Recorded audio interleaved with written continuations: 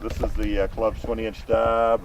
We've got it up on a equatorial platform, which allows it to track in right ascension the rotation of the Earth, so it can stay on a star. And we're getting ready to put the shroud on, which helps keep light from dust and junk from coming down on the scope once we open it all up.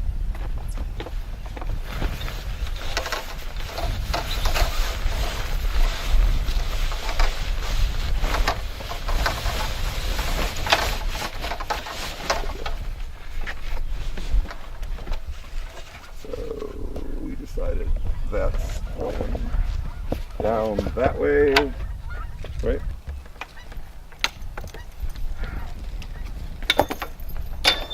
And the other, we made a couple of other upgrades to the scope. We added this mirror moonlight focus ring because the original focuser only had 1 inch of travel, and the teleview eyepieces I use with this thing need about 1.6 inches of travel from the differences of where the focal point is. And so a couple years ago, Mike and I put the position. Come here over here. This is actually what I like about this sling. See how well that's held collimation on the primary? We're looking for the return reflection to be right where it's seagrassing. And I can actually see it down here. And aren't you supposed to adjust? The last thing you do is adjust. I come down here, and then somebody and watches for something up here, right? What's cool about it, guys. Come here. See, I'm looking at it. I can see it. You can do it yourself. I'm peeking around the mirror, and I can see how the target lines up. So, see how I'm moving it? Yep. So that way you don't need a second assistant. And one of the secrets this guy's been kind of buried in. I'm gonna start from scratch. What I like to do is I like to take. You really only need to move out of the way for a while. Have we got it culminated yet? Not yet. Nope. We'll fool with that next. You need the laser. I got it. I actually got a 2-inch. I have the 2-inch laser that goes with the 24-inch telescope. So I have a Howie ladder here that I use on my. That works really But I'd love to see how it works. What's the 0, 1, 3. 1, 3.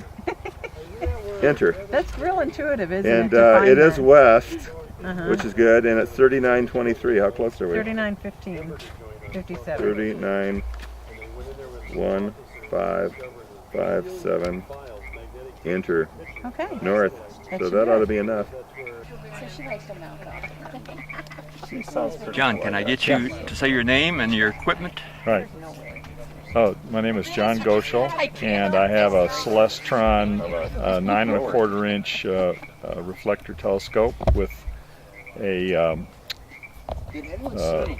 guiding scope on it that can be used Well, I read on Cloudy to Nights do it was gonna be astrophotography, take pictures of various objects that we see. I saw a couple of people said I saw I'm one. using just a Canon T2i camera right now. That's what most people start out with, and then I'll advance up to a little more sophisticated cameras. Brighter. So. Oh yeah.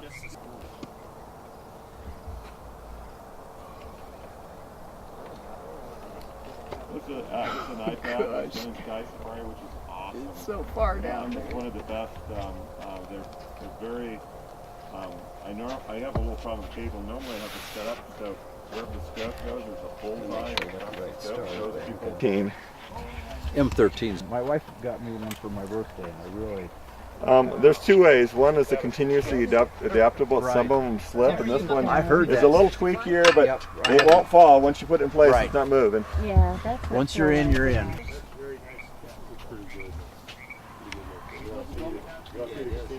The other thing is you got that glow Carson and Tom. What's that? I'm Tim Stoffel, and I guess I have fairly modest equipment. I've got an 8-inch Schmidt Cassegrain and an ancient Alex 200, and that's the only scope that I've got a little refractor that's a piece of junk, but other than that, it's the only scope I own. It's the only scope I generally bring out. We're feeling lucky. And we we're got having a great night tonight. Put a 3.5 in. Can't seem to find it. Can I get your name and have I Oh, Dave Eckes. and your equipment? Equipment, it's a 10-inch f4.5. So, sometime you need On to a check vintage 1970s clock clock drive equatorial mount that I bought Oh, I'd new. love to see it, Jeff. I think it was like 1973 or something. Oh wow.